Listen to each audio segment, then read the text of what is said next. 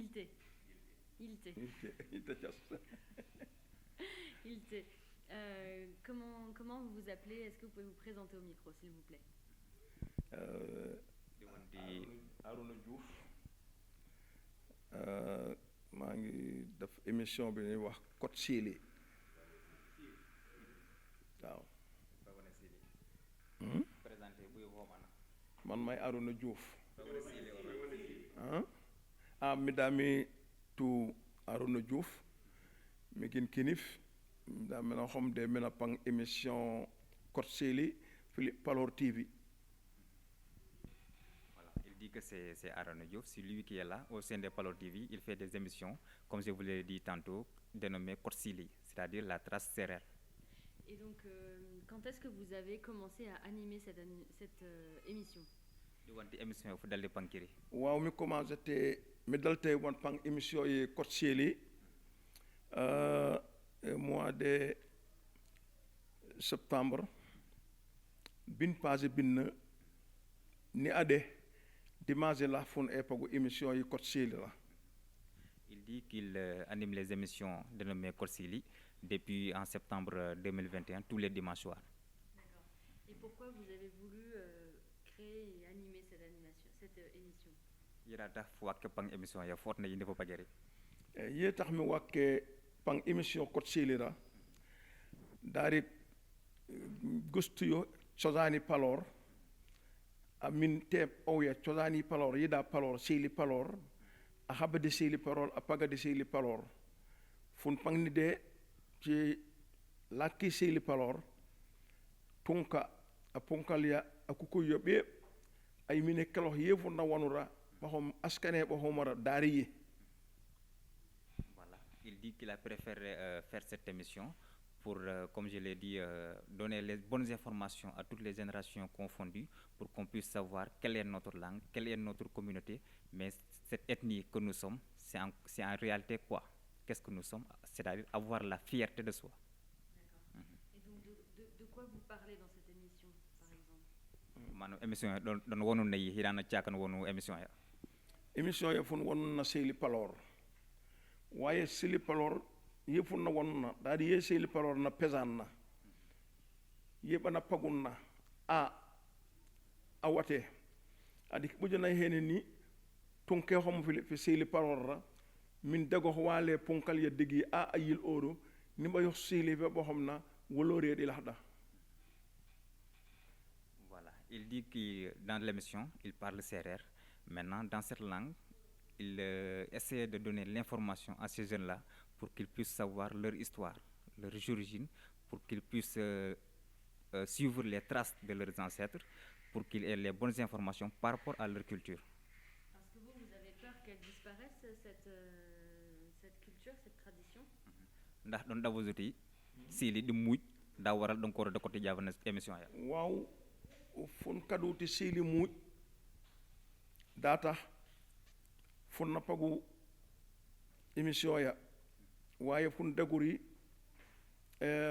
côté aspad ya nga xamne ba da gustu yi Sili avana ni bind yu tenal di livre kada Sili muj fun nak fun dana wonu perem Sili ndax bind yi jaaba xeyna di lahira wala buji cak di wayu bujin jango yoro di wayu data fun ko dote émission de Palor TV fun helu tere émission Palor tunka be ba sikireri yelahu janga livre yoro yelahu janga livre tout pour Sili bañ mu Sili Palor bañ mu parce que Sili ya be Sili Palor da be fun yuhuro fun limuno fun wa ko biti la kiki mu fun wa ko biti pagadi ki mu. Il dit qu'effectivement c'est ça le but. Maintenant, l'émission, ça sert à quoi? À faire l'application, on peut dire, parce qu'il y a une association dénommée ASPAT qui ont fait des recherches, qui ont écrit des livres, qui ont codifié la langue. Maintenant, ça c'est le domaine écrit. Maintenant, il y a certains d'autres qui peuvent ne pas être incapables de lire ces documents-là. Maintenant, eux, leur mission, c'est de faire des émissions orales pour permettre à ces générations-là de savoir exactement qu'est-ce qui est écrit dans ces livres-là et comment l'appliquer. Voilà, raison pour laquelle ils ont créé cette émission-là ici au sein de Palor TV pour permettre à toutes les générations de suivre cette émission-là et essayer de réviser encore une fois ce qui est écrit dans ces livres-là. Voilà. Et vous êtes manam don baaxu génération yi oro don limu kiri ki liggéey don lafuna waaw fun yi defun na pagu émission yi aspat na émission yi Palor TV ro fun limu 50 fun limu te 50 mais yakate beti watebe fun lahute 73 ans waye gëstu yo hivun watte kiliyevun limuro da fun tilitilo fun na halu aba fun na wonu aba haya ye nga xamne depuis 1900 ba eno dera bana sodu fun nuf bana wonu fun yida seli kon fun limu 50 way fun jomote min wan yinde seli. Voilà, il dit qu'ils sont des générations de 1950, lui et son collègue, ils sont nés vers ces années-là. Maintenant, leur âge même leur permet de dire quelque chose dans cette histoire, mais aussi, au-delà de leur âge, ils ont essayé de côtoyer les anciens qui étaient là, qui sont nés avant même ces années 1900-là, qui leur ont donné des informations, qui leur ont donné, qui ont inculqué des valeurs qui leur permettent de transmettre à ces générations-là. Et lui, justement, puisqu'il fait partie de la génération plus des sages, on va dire, quel regard il a sur la nouvelle génération? Est-ce qu'ils ont perdu, justement, est-ce qu'ils trouvent qu'on parle moins la langue? Est-ce qu'ils trouvent qu'on connaît moins les rites, les cérémonies, les cultures Palor?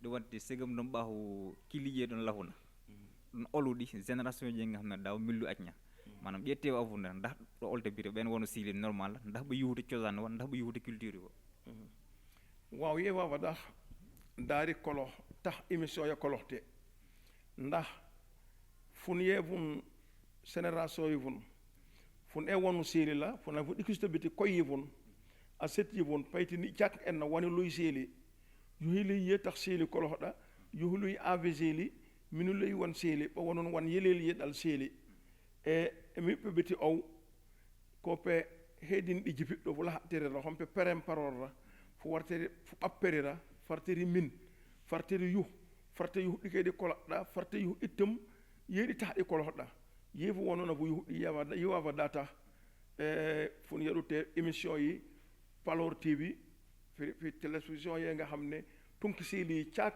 e receiverura e yu yedo madda. Voilà, il dit qu'en réalité cette nouvelle génération, il y a pas mal d'entre eux qui non seulement ont honte de parler la langue, mais aussi il y a ils ont manqué de charisme pour manier bien cette langue-là. Maintenant, leur but, c'est de redonner à cette génération-là le courage, la volonté de bien vouloir parler cette langue. Donc, ils ont remarqué que cette génération a perdu énormément de choses par rapport à leur culture. Maintenant, pour réveiller cela, il va falloir organiser des émissions, organiser des événements pour au minimum donner à cette génération-là le goût de parler cette langue Palor. Okay. Peut-être une dernière question. Est-ce que vous auriez un exemple d'un thème que vous avez fait pendant une émission? Par exemple, si vous pouvez me raconter quelque chose de cette culture Palor, je ne sais pas si une anecdote, un conte, je ne sais pas ce qui raconte, mais quelque chose qui raconte un peu ce que c'est être Palor. Alors, le wandi émission yi doon na paguna est-ce que doon li doon na won yi nga xamné xoma di histoire xoma di ciosan yi nga xamné minte billu ndax génération xom na won un sigire na ba bind kelo di histoire ba de jëriñ nangam ndax histoire ba doon li doon la né émission yi kon waaw funna wonu bi histoire yi mañ histoire yi riche de Philippe Palor pour tonka yuhti caca yo la pagi a ayil o pourtant yuhti ye da hewi gina a ayil o ye dalte ownen ba henun de ye dalte son wonen ba ñeyrun de yaba be funna wonurde émission ya xompe igne mañ funna kalwa fun kudo be émission ya pourtant ko yu a parce que o yu hoy ave ko fudi min til wata be ko. Alors il dit comme il l'a dit tantôt, ils abordent pas mal de thèmes qui permettent à ces générations-là de savoir ce que leurs ancêtres ont fait dans ces villages-là. Parce qu'il y a pas mal d'histoires qui va leur permettre de savoir à chaque situation comment les ancêtres se comportaient. Voilà.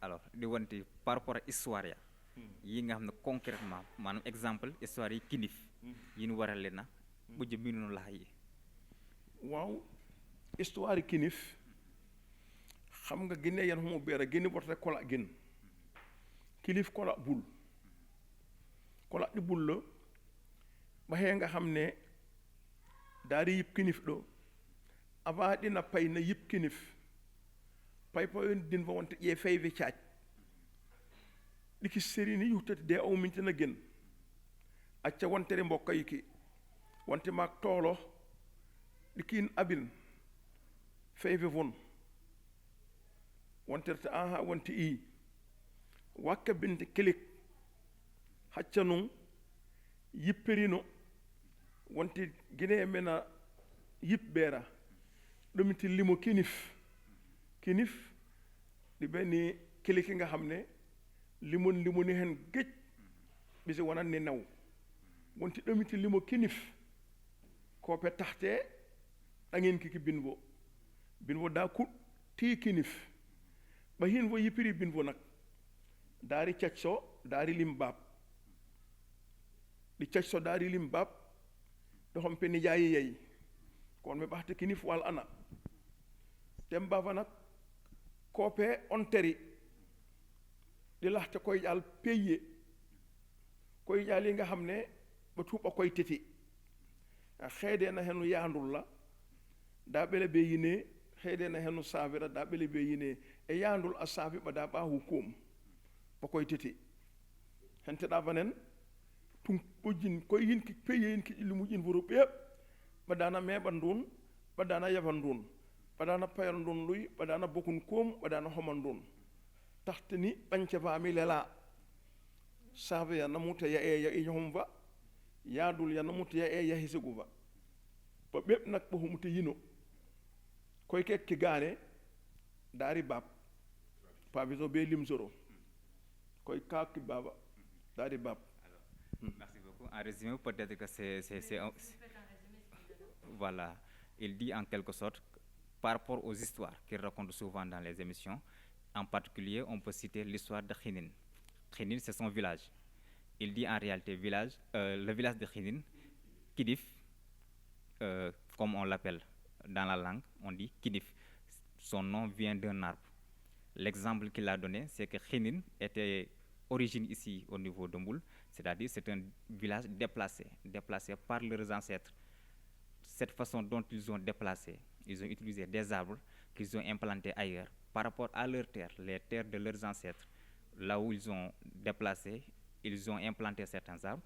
Dans notre langue, il y a un arbre appelé Nif, d'où le nom Kinif. Maintenant, cet arbre-là, ça a donné le départ d'un nouveau village appelé maintenant Kinif, maintenant organisé en société. Il a donné l'exemple de l'organisation de la communauté Palor, c'est-à-dire d'une manière générale même, Serer, la langue Serer s'organise comme ça. Dans la famille, on a des sous-groupes.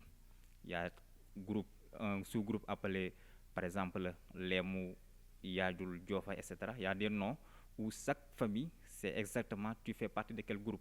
Maintenant, quand il y a des événements, heureux ou malheureux, il y a une sorte d'organisation interne qu'on fait pour pouvoir assurer les dépenses, c'est-à-dire d'autres domaines même pour assurer l'événement. Voilà, en réalité, c'est ça.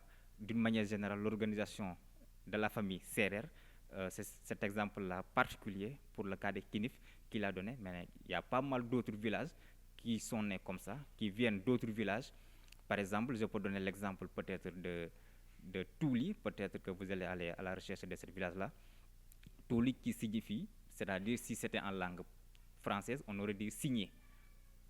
Signer, parce que c'est ça comme signature, c'est ça l'origine. Cette mot signature, par exemple, quand on a des secrets, ici, entre nous, on peut signer à ne pas divulguer ces secrets-là. Maintenant, dans l'histoire, c'est ce que les ancêtres faisaient. Ils creusaient un trou. Maintenant, à toute personne qui est présente là-bas, on te dit signer. Signer, c'est-à-dire Touli.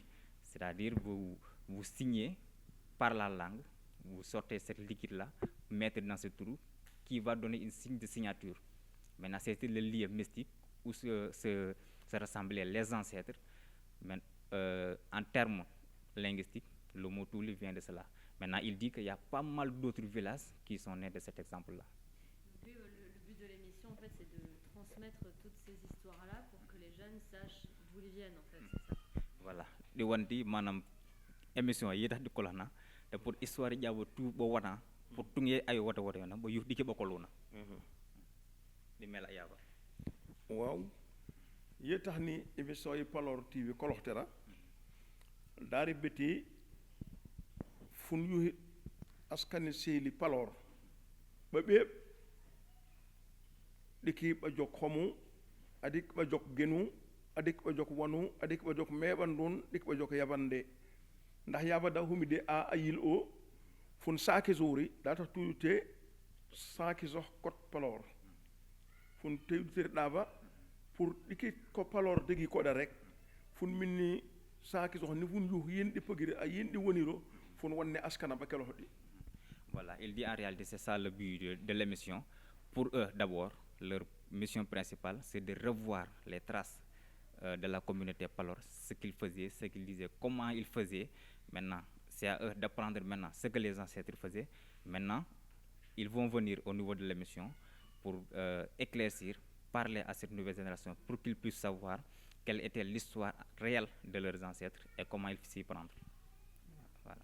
Merci beaucoup, Jerry Jeff et Thiolé Farah. Thiolé Farah.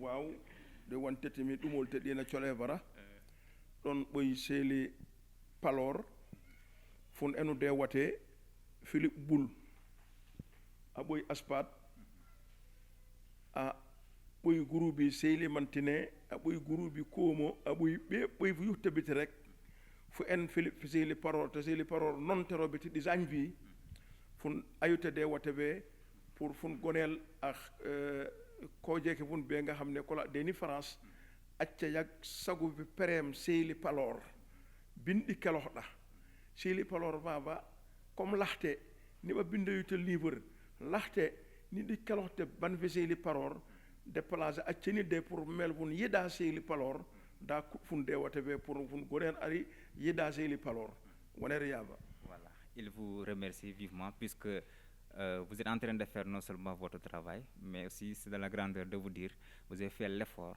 de découvrir la langue Palor. Vous venez de la France, RFI, pour dire RFI, cet excellent travail que vous faites pour découvrir la langue Palor, on ne peut que vous dire merci beaucoup. Merci. Thiolé Farah.